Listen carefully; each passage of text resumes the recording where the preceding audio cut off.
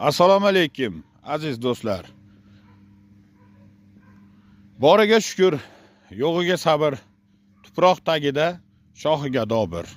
Har bitta kunimiz, daqiqamiz g'animat.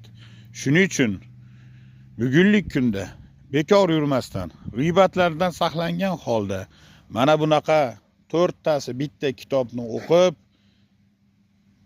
o'zimizga fikrlashdi, zikr qilishdi. Qolaversa, oxirat taraddudini ko'rish barchamizga nasib qilsin. Abu Bakr Siddiq roziyallohu anhuning kitobini o'qiyapman. Alloh u kishidan va barchamizdan rozi bo'lsin.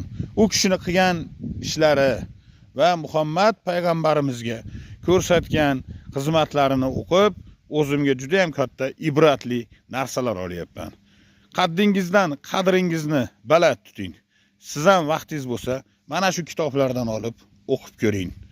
O'zingizni ehtiyot qiling. Umr o'tadi, suvdayin oqib, 40 ga kirganingni bilmay qolasan. Bir kun Jabroil eshik qoqib kelganda jon berganingni bilmay qolasan. Sog' salomat bo'linglar.